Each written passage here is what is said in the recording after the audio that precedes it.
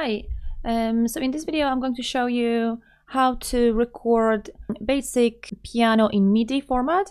We could add some drums as well in MIDI, and I'll show you some the most important shortcuts that we use for editing. So let's get cracking. Okay, so here we go. When you open your Cubase, you have got a few options here, a couple of templates, right? And for today, we're going to choose a template, actually. We're going to choose probably piano and vocal. Let's choose piano and vocal. Although we're not going to do vocal, but just for the sake of this recording, because once you've opened your template, you will have already some sounds in it. You don't have to assign any sounds, and that will make it easier to go on. So it's a very useful tool to start with, actually. So let's create one. If you don't want any of those templates, you can go to More and click on Empty and create your own. But for today, I think we can just choose piano and vocal. So let's pick that one. Create. Oh, before you load up your Cubase, make sure that your interface is connected, and that your keyboard is connected, and that you have all the updated drivers of your interface and of your keyboard as well. This is really important, yeah? You want to check that before you load up your Cubase, so everything is already there working. So once you open your template, you'll have Halion Sonic already there, and it's quite a useful thing to have. So basically you have Halion Sonic in outputs, and I'll show you what it will do. But before we start anything, you will have to go to devices and device setup at the end, and make sure that you have got your driver here in devices VST audio system. I've got my Focusrite USB driver because I'm using Focusrite interface. Right, so this is mine, but you should have yours there as well. This is really important that you need to have that one there. And also, once you've got that covered, you go to VST connections as well in devices, under the devices, and check your outputs and inputs. This is mainly for recording audio, but you know, I like to do it every single time, because you never know, maybe you will record audio and you'll need those inputs and outputs. So outputs is, can you see my audio devices here, Focusrite USB, output 1 and output 2. When I click on inputs, I've got nothing here.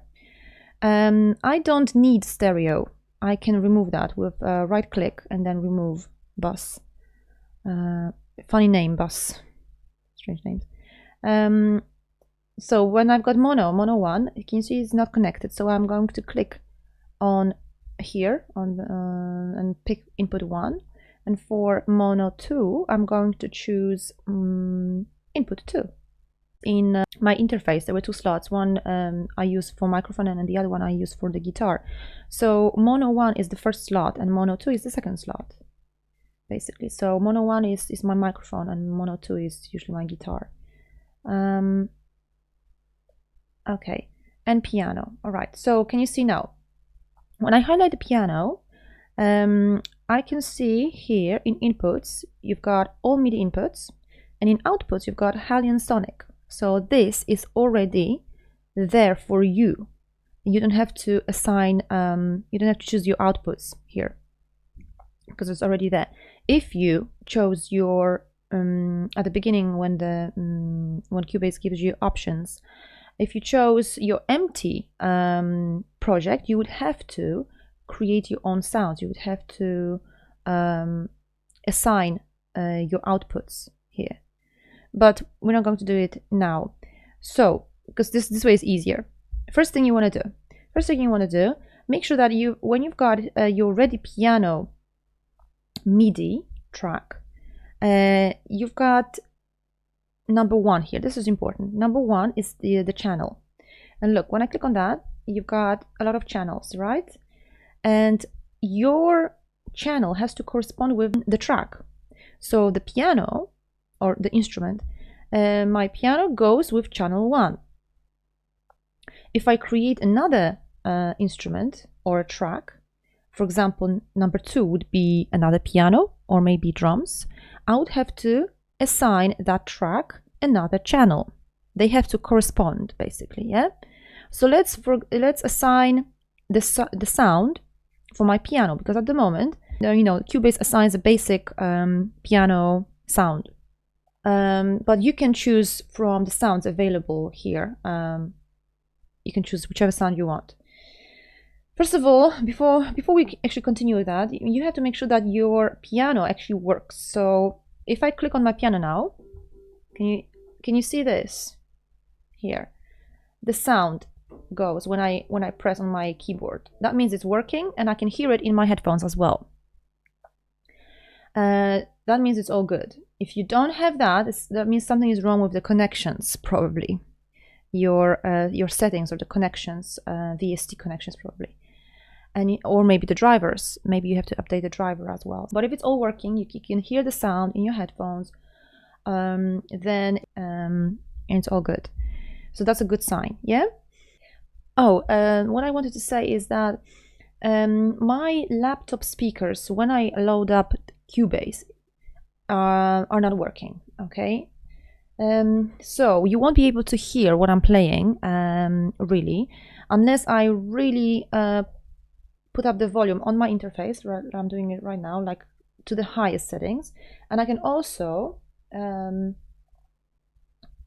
raise the volume in my mixer here, like up, right up, so you can hear some sort of sounds probably. Because you know what? When I clicked here, usually when you click on your speakers, on your laptop speakers here, you right click on it, and when you open the settings, you should be able to choose between your interface sound and you,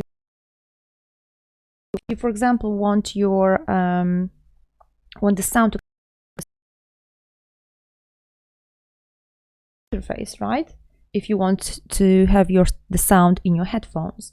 But for some reason my computer does not work like that. And no matter what I choose here, look here, I've got outputs, I've got speakers, right? And if I change those settings, even here I've got microphone. Oh, that's microphone, that's not important, but you know, if I change those settings, it still doesn't work. It's still coming out from the interface, and I have to listen to everything in my headphones. By the way, to get to the mixer, you press F3. This is one shortcut, is very useful. So you've got all your instruments here. I've got my piano and my stereo here. So when I play the piano, look, this one shows up here, and obviously that's the main slider here, the main slider for everything, for the general volume. So that's F3. You can maybe get a notebook and write all these down. Let's enlarge it actually. Okay, so now my piano is working, everything is working. Now what I have to do, I have to go to this icon here. I click on that, and that will take me to Halion Sonic sounds, and I can pick whatever I want. Can you see here? You click on that E letter, and you've got already Cubase has already assigned grand piano for you, but you can change it. So you click on that, and you can pick whatever sound you want. So let's say I don't know, I write piano, and that gives me a lot of options, right? Let's say 80s piano layer. And then once this is loaded, it was loading up in yellow, but now it's loaded. I can check the sound. I'm not sure if you can hear it, but I'm just checking it right now, and it is working. I could use that sound. I don't mind actually. Or you can pick anything else, you know, anything you want. Again, it's loading up, and then check if it's working. but I'll go for the 80s piano today. Let's use that one. Okay, so once that's done, you click away and close it. So you've got your piano on channel 1, and you can start recording actually. Now these are locators. Okay, you can move them. Sometimes you cannot find them. That is a mystery as well, because sometimes, I don't know, it depends on my Cubase mood, I guess. Sometimes one is hidden, like away from, you know, somewhere at the end. So one way to find it is you're going to press F2. F2, oh sorry, press twice. F2 takes you to this transport bar. And here you've got, on the left, you've got punch in, punch out. So this one is your left locator. Yeah, this one here, left. And at the moment it's at 5 point something. Yeah, it is at 5. And this one is your right locator at 24 something. And it is, because when I enlarge it, I'll show you how to do it in a second. And now Cubase is a bit annoying because now I cannot get into the sliding bit. Look, I have to turn off my transport bar to get to the sliding. So now look, if I do it, if I change it into 25 and I press my F2 transport bar, now locator is at 25. So that's how you can locate your locators. You will need them for some certain things. Yeah. So that's number 1. Now I said we can record, but actually not so quick, because we have to go through a few things before we start doing it. So how I enlarged it, yeah, I could enlarge it or make it smaller. Yeah, so I used on my keyboard I used letters GH. H is for enlarging. Yeah, so everything is getting bigger. Now when I press G, everything is getting smaller. That's a really useful tool. Yeah. Now next one is here on the transport bar, you've got in the tempo, and at the moment it's 120 because it's always 120 when you open a new project. 120, you can change it. So because it's quite quick, I would say you can change it to, I don't know, let's change it into 90 for now. So to be able to hear the tempo, you can click C and then play. To play, you press spacebar. Yeah, so if I press now spacebar, you can see it's moving, it's going. When I press the letter C right now, not sure if you can hear, but it's actually the click is on. That's the metronome, and that's your tempo. Okay, and then I stop with a spacebar. So that's how it works. Spacebar for to start and to stop. And to hear the metronome, you press the C letter on your keyboard, and obviously to turn it off as well. Now, if you want to go to the first, to the beginning of your track, you press number 1 on your keyboard. Look, so now it is right at the beginning. This is the beginning of your track. Wherever your left locator is, that's the beginning of your track. Okay, it's there now. So that's really useful. Now to go to metronome, if you need to change some settings there, you may change the velocity and so on. You go to transport, and then metronome setup here. And then here you've got you can change the velocity, the pitch and level and so on, the beeps and sounds, play with it if you want. And here you've got some settings as well. Okay, so that's your metronome. Okay, so I'll get rid of that transport bar with F2. And to record, I'm going to hit the star button on my keyboard. So look, if I press star right now, it's red. This track is red, that means it's recording. If I press the piano, you can see something is recording. Spacebar, stop. To delete, you have to highlight the track which is already highlighted and delete. Press delete. To go to the beginning of the track, you press 1. And also, something to bear in mind is that leave some space before the beginning of the track. Yeah, I always leave some space, so I never start 1. I always start at 9 or 17 even, because during recording you may change your mind. You may actually add something right at the beginning, and then you won't have space and you have to shift everything. So it's always good to have that space at the beginning. I think it's always good. Okay, let's do it. Let's record the piano. So I'm just going to record some basic chords. For recording, you're going to press star, then to go to the beginning of the track, you're going to press 1, and the metronome, the metronome is the letter C. Let's record.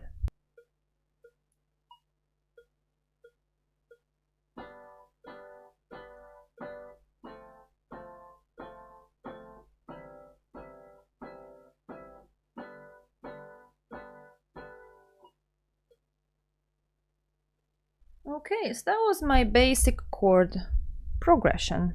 I used G, F, C, G for this purpose. And so this is what I've recorded, and I'm going to open it by either double click on it or enter as well. If you press enter, it will take you to this window, the editor. So as you can see,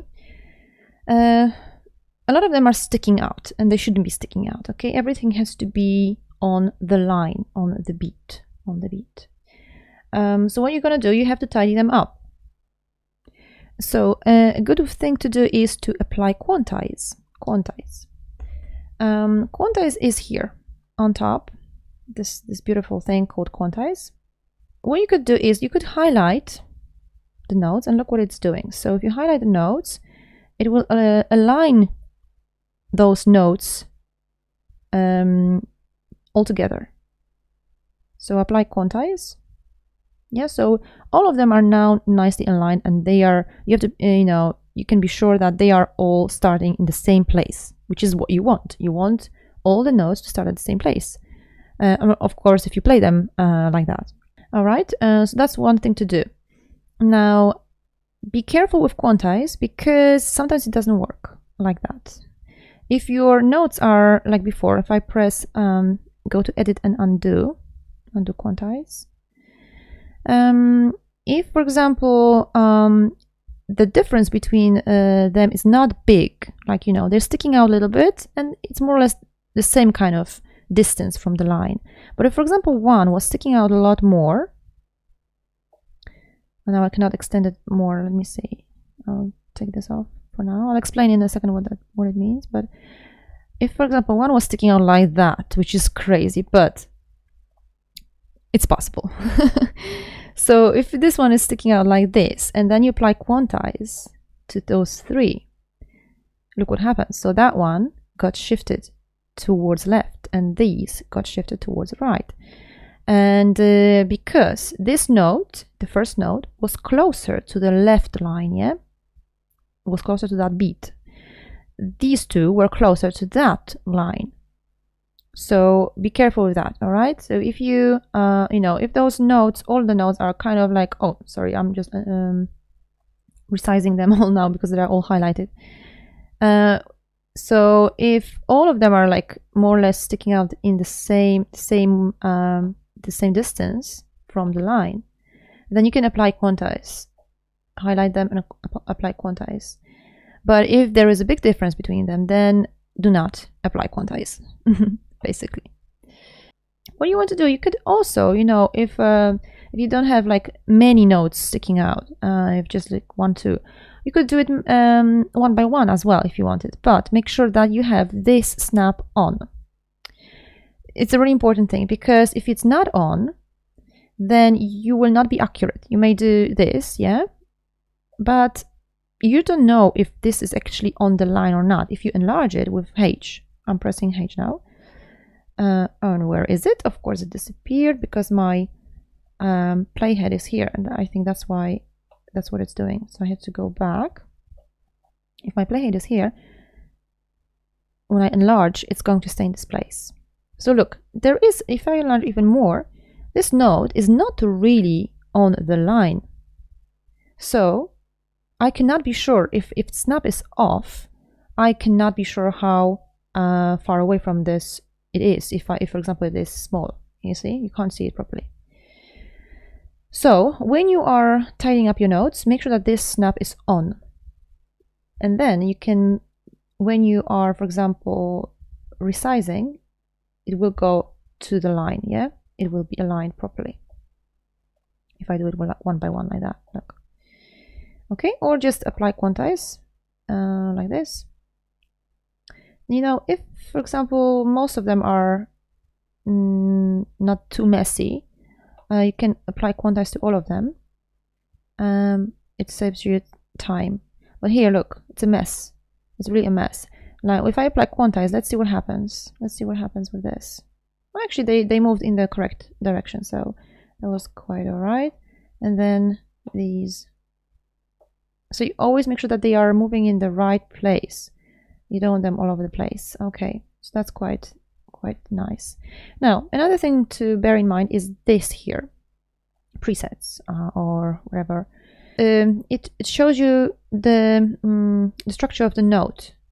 So this is half of the note, this is a quarter of the note, an eighth, and so on. Yeah, this is also important because, for example, now it's at 1/8. So I can go, for example, from, if I enlarge the note, look, I can only enlarge it from here to there because that's an eighth of the note. I cannot, if I wanted to enlarge just halfway through, I cannot do it. I have to change this into 1/16, and then I will be able to, can you see there are more boxes now? I'm not sure if you can see, like if I change it back to 1/8, look, the boxes are fewer. Now if I change to 1/16, you've got more. If I change it to this one, it's even more. Okay, so I wanted to do 1/16. And now I will be able to enlarge the note halfway through. Yeah, and before I wasn't able to do that. Also, when your snap is off, of course you can do whatever you want with the note. You can change it however you want. It doesn't matter, you know, it doesn't matter. But it really depends on what you want to achieve. If you want all your notes to be exactly the same length and start at the same place, you know, put the snap on. Okay, so I'm going to now make it a little bit smaller.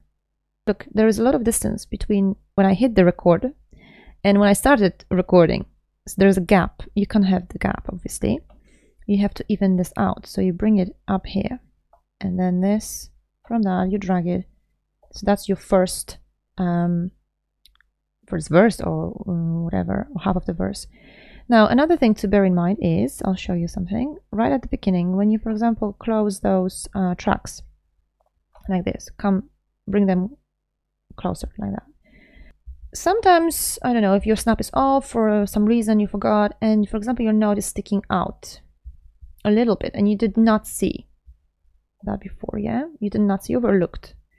Okay, what happens when you bring this? Look, this note, oh, now snap on. Let me put snap on so I make sure it's aligned properly. Now this note is gray. That means it's not aligned. You have to change it, yeah? Because look, it shows you. And this way, I can change the note so it's aligned, and now it's good. Oh, also, before I move on, make sure that you know everything is according to the beat, to the rhythm you want, obviously. So check with the click, with the metronome, whether this is the way you want it to be. Okay, so I will press play and click.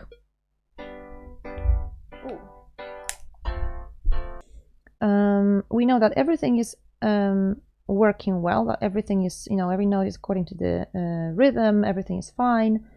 What I want to do is I will enlarge it because obviously that's not the full verse, yeah? I want to make it longer.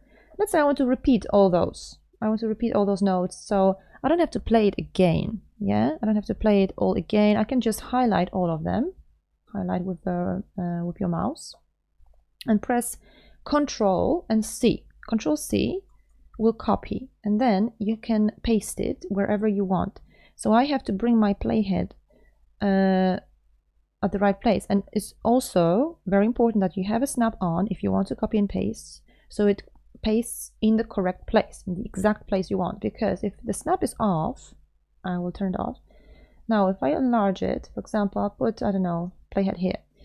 And, you know, when it's small, you can't see it properly, you know, when your playhead is. It might be close to the line, but it's not really on the line, you know, sometimes. So, look, when I enlarge it, the line is not really, the playhead is not really on the line. I need to have a snap on for this reason. So when I click here, it's there, exactly on the line. And I am sure that I'm going to copy and paste correctly. So now I've pressed Control and C. Now I'm going to press Control and V, which will copy and paste all of it. And I've got myself a verse, so I don't have to, you know, record it again, or I don't have to do all the corrections again, or the tidying up of the notes. That way is easier. Okay, you can also, if you, for example, want to add a note, for example, you missed a note and you don't want to play it again on the keyboard, you can actually add it manually. So with your mouse, you can add a note anywhere you want. Let's say I want to add a note here. Yeah, I click and I've added a note. Let me enlarge it. Enlarge it, and look, it's here on the line, so it's actually nicely aligned. I can stretch it if I want. Okay, make it bigger or smaller. But look, this is important as well to mention. When you play the note with your mouse, the velocity is much higher than the rest of the notes. It's always like that. Look, if I press a note there, add a note, the velocity is higher again. I don't know why CUBASE does that. It's really annoying. I have to bring it down, and I have to bring one up. Oh, that was very loud. Goodness me. Because there are 4 notes on the same line, so it may sound very loud. But it's very annoying. I really don't like that. The fact that I have to keep changing the velocity if I add my notes by myself. And look, all those notes that I recorded on my keyboard aren't all the same. These are different. Yeah, so if I want to delete, I hit delete, highlight it first, press delete. What I wanted to say, okay, sometimes when you, for example, when you add notes by yourself, yeah, with the mouse, let's say, let's add some notes here. I don't know, here. The reason they are white is because, you know, I'm outside my box. Look, if I enlarge the box, they are going to be in pink. So look, if I, for example, want to change a couple of notes velocity all at once, not one by one, like going like this, you know, like this, all of them going up and down. If I want to change the velocity of all of them what I could do, I can right click, you keep holding the right button, and I'm going to choose that line. When I choose the line, I should be able to cut all those with my mouse. Yeah, I'm holding it with my mouse. Oh, but it didn't cut. What am I doing wrong? I don't know. Look, that one is changing. Oh, maybe I didn't highlight. I think I did not. Let me go back to the arrow. So I right click, press arrow, and then highlight those 4. And maybe now, let's see. Now right click the line. And now I'm going to draw a line like that with my mouse. Oh, I forgot. I've completely forgot I have to highlight. Look at me. Silly. Look at that. I completely forgot that you have to actually highlight them before you do that. Oh, there you go. There you have it. So you can do that. So highlight before you change the velocity. And now they are all the same, yeah? Okay, let's go back to the arrow. The arrow is the main object selection tool. So I'm going to highlight them and delete them because I don't need them. And tidy up my piano section. And I'm out of my snap. You see, look, it goes anywhere I want. So I click on snap and I bring it to the line like that. That's how I want it. Yeah. So I've got my piano. Enter. I press enter to come out of it. And then I move it to the beginning of my track. Of course, yeah. Now what I could do now is I can add another layer on top of that. I could add maybe another piano. something small, you know, for today. And how to do that? So I need to add another track, MIDI track. So I right click on this area here, right click, and I click add MIDI track. I can call it somehow. I can call it piano 2. And add. Count it means how many you want. I want 1, and you've added a track. And now look, of course, your Cubase assigns your Harlequin again. Otherwise, you wouldn't have any outputs here. But you've got it there already, so it's set up for you. And already, look at that. You've got channel 2 here. So your track, this track is on. Oh, sorry, I pressed something. Double clicked. It's on channel 2. And of course, you click on Edit Instrument now, and you assign the instrument now you want on channel 2. Make sure you do it and doing it correctly. So on channel 2, you pick another instrument, something else. I don't know. There was a nice sound called Sapphire, I think. Let me see. What's it? Right, let's pick that one. That's all working. Look, I can hear. Now, the weird thing with Cubase, I may have a vague idea why certain things are happening. Sometimes I do not have any idea. So, you know, when I added this track, yeah, I don't know why, when I play the piano on my second track is highlighted, right? My piano 2. Look, this one appears as well, the sound. It's like it's playing in both tracks. And when I press my mixer, F3, it's for the mixer. Look, my piano 2 is here, and my slider is completely off. It's completely off. And when I press now a key on my keyboard, it goes up anyway on piano and in piano 2.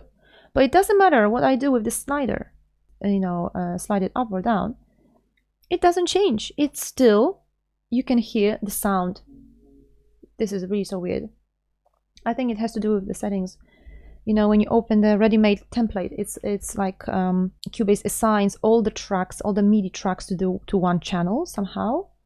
But it's really annoying because when you want to mix it later on or adjust the volume, you can't really adjust the volume of separate tracks because they are all playing from one channel. It's really funny. Anyways, so I've got my second piano, and I can add another layer to that. I can play something simple just for the sake of this exercise.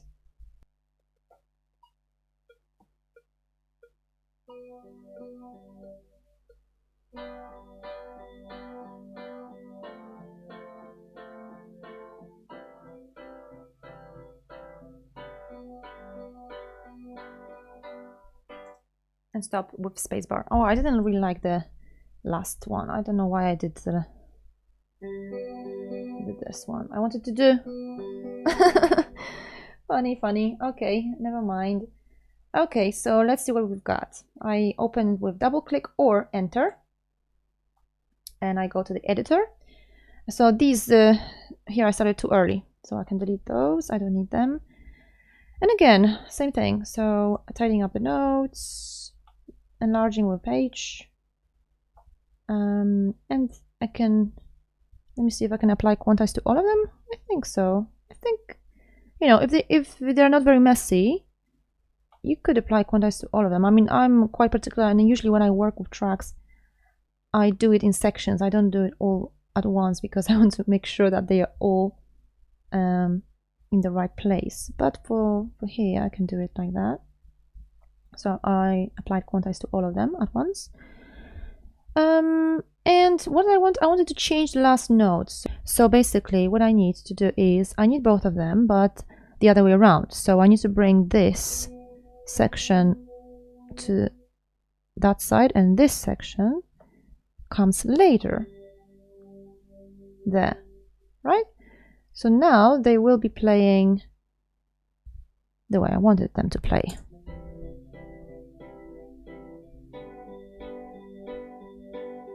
Okay, and then of course I can copy because that's just one section of it. I can highlight it, press Ctrl C, make sure my snap is on, and checking if it's my playhead is in the correct place, and then Control V. Here I have to extend my my piano section right here. Okay, and enter to come out. Oh yeah, I need to cut off the beginning. I don't need it to be that big. So that's that. You see everything is nicely lined up, so that's good. What can you do? You can add drums now. So again, right click, add MIDI track, and write drums. And it's already assigned to number 3. But be careful with that, because sometimes, you know, when you are recording, you may change the things around. You may make certain decisions, and then you can get confused with these tracks. For example, especially when you've got a lot of them. For example, you may have, I don't know, piano 2, and then you change it into drums, or this you change it to another instrument, and make sure that they all correspond. Okay, piano is 1, this one is 2, this one is 3. Make sure that they all correspond to their particular channel, right? That there's no confusion. So when you open the sound for drums, you will have drums and not something else. So I'll press, I don't know, drum kit. And I could use actually, you know, I could play drums on my keyboard. That's how it works in MIDI. You can play drums on your keyboard. Pick anything, big 80s. And okay, so you've got that. You've got lots of choices. So yeah, so you can pick any instrument, bass. You can pick the genre and so on. So close it, and what you can do with drums, you can either play it on the keyboard, or you can again do it with your mouse. However, it's easier for you. You know. Let's see what we've got. That's really big. Okay, for this reason, maybe I'll pick this. Just an easy one, okay? So again, when it starts playing, make sure you've got C for click for metronome. And you press star to record. Make sure when you record, you need to have the track highlighted, yeah? If I have this highlighted, I will be recording piano. If I have this highlighted, I will be recording drums. That's very important, yeah? So let's do that. Let's press star.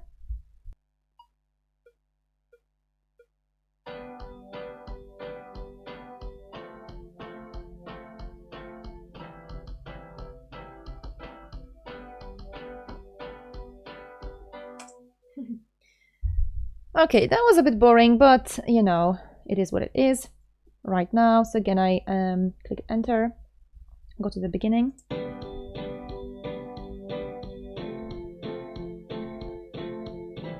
Okay, there's something going on there.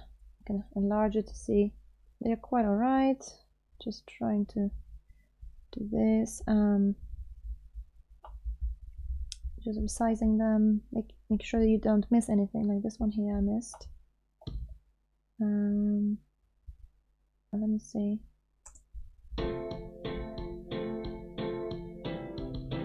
Yeah. And so on and so on and so on. Okay, great. So going back to, or actually no, I need to what's this? Change the size of that section. Okay, so that's that. You can add something manually as well if you wanted to. So I could, I don't know, add some, let me see what, maybe that, somewhere in between. Let's see what it sounds like. No, not in the same place as that one, because we've got something going on here already, so maybe in a different place, maybe a little bit later. Okay, there. Yeah, probably. So again, I could copy that, highlight, Control C. So it's there, right? Okay, let's see what we've got. Okay, and you can continue that if you wanted to. Of course, you can change the velocity here of those recently added drums. Yeah, just tidy up those drums. Okay, I'll finish there. I'm not going to go on with that because you know what to do. If you wanted to copy, copy and paste. Right, another thing to do, if you, for example, decided that you want to do, I don't know, you want to split the section, yeah? So you basically put your playhead wherever you want it to be cut. Let's say here, right? And then click on the scissors, and then click with the scissors, basically, so it will cut wherever you want to cut. Going back to the arrow, let's see if it's been cut. Yeah, so there's a split there, and now you can move actually the section. Yeah, you can move those two sections. If you want to bring them together, you have to press on that glue and glue them together, back together. So that's a useful tool. If you want to erase something, you've got a rubber here. If you want to mute, this is one to mute the X. So for example, let's go back to the arrow. I don't want to glue anything now. So let's say I want to mute certain notes. I can right click and then I've got mute here. So I press mute. Now my cursor changes into a cross and I can mute single notes if I wanted to, or a few notes. Yeah, that's so if you, for example, don't want those notes to be played, you can do that. Undo, undo. You don't want these, and then going back with right click to the arrow. That's your main one. Okay, so we've covered that. Now another interesting thing you can do is if you want to, for example, keep listening to the track you've got. For example, you've got one section you want to improve, or you want to have a listen. Bring your cursors together, your locators together to that section. Let's say, I don't know, I want to listen from 9 to 11, yeah? And then can you see when I'm moving my so this is for the playhead, those two arrows crossing. This is for the playhead, yeah? But when this hand appears, you can click and it changes into purple. So this is highlighted now, that section, and this section will keep playing over and over in loop. So if I go to the beginning, after it's finished, it's going to start all over again. Yeah, so that's in the loop, that hand. And if you want to get rid of that, you click the hand again and you come out. All right, so you covered the snap, the beat here, beat and bar. So if you click on the arrow here, you've got bar and beat. At the moment it's beat and sometimes bar. So I'll show you what it does. So for example, if I want to move my track, yeah, if I highlight this track and I want to move it, at the moment it changes, it can be moved from a beat to beat. But if I change it into bar, so that gives me more flexibility here with moving things around. If I have it at bar, it will only allow me to move from bar to bar. So from 8 to 9, yeah? I cannot go anywhere in between. So if I change my mind and I, for example, want my track to start at 8.5 or somewhere in between, I have to change bar into beat. That will allow me to move my track like that, yeah? That's helpful. So you should be confident with recording your MIDI now.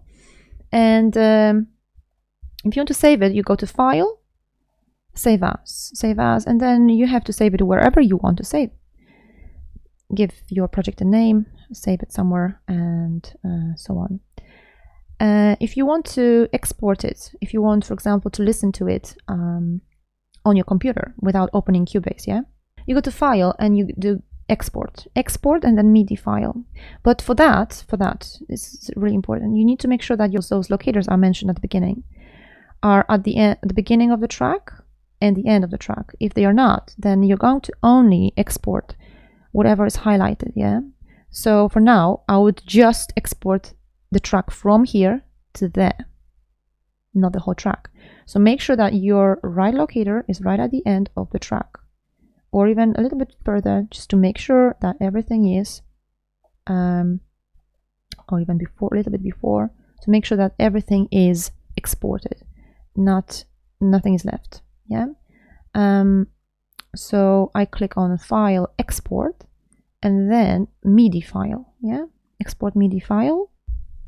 Okay, and then of course you give it a name and you save it wherever you want. It's pretty easy and straightforward. So I think that's it for now. That's it for now. We've covered quite a lot in one session. So, well, you should be able to now record your MIDI piano, and that's great. That's how I started as well, recording MIDI.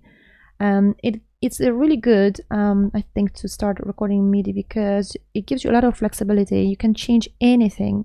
You can change any note. Yeah, you can extend the notes, you can stretch them, you can make them smaller, you can delete, you can add, you can do whatever you want. You can change the sound of it. If you don't like the sound of that piano, you can go back to the to edit instruments and pick another sound. There are a lot of sounds here. What I had problems with, when I started using Cubase, I actually didn't start using it for a while because I was really frustrated. I couldn't find any answers on the internet, and nothing would work. My connections would not work, my settings, my interface, or I didn't even have proper interface before because I didn't even know what an interface was. but then eventually I got started with somehow with the help of someone who showed me how to do the basics, and it really helps. It really helps because all those small details like snap on and off, I mean, this is really important. But if you don't know these, you get so annoyed and so frustrated at why do things not work, or where's my locator, where has it gone? Like, so many times I've been looking for it and I couldn't find it, and I'm thinking, what is wrong with my Cubase? But this is good to start. I think it's really good. It gives you a base. So yeah, so thank you for watching, thank you for staying in, and hopefully see you soon. Thank you. Bye.